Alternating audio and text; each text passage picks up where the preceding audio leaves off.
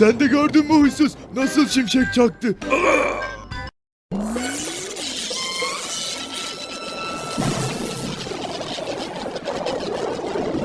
Sen de gördün mü huysuz? Nasıl şimşek çaktı?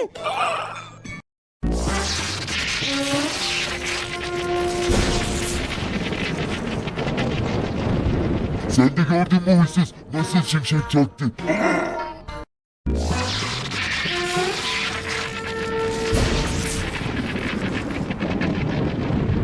Sen de gördün mü huysuz? Nasıl şimşek çaktı?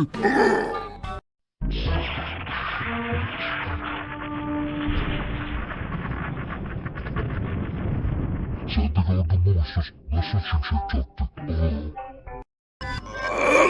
Nasz śmieszny sen, zesiło mi drogę nas.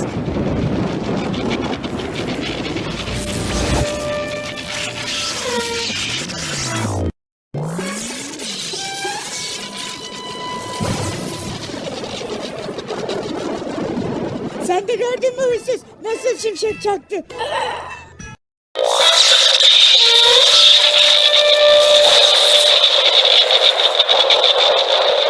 Sen de gördün mü huysuz? Nasıl şimşek çaktı?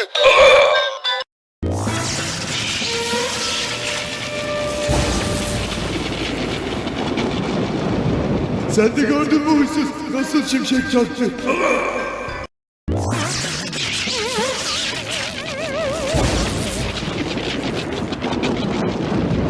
Sen de gördün mü huysuz? Nasıl şimşek çaktı?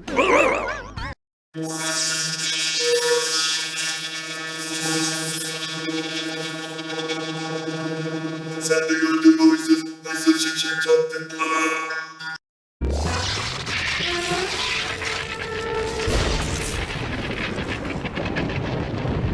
Sen de gördün mü huysuz? Nasıl şimşek çaktı?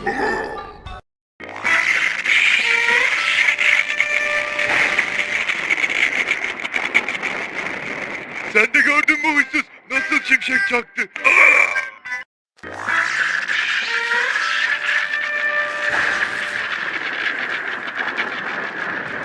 Sen de gördün mü huysuz? Nasıl şimşek çaktı?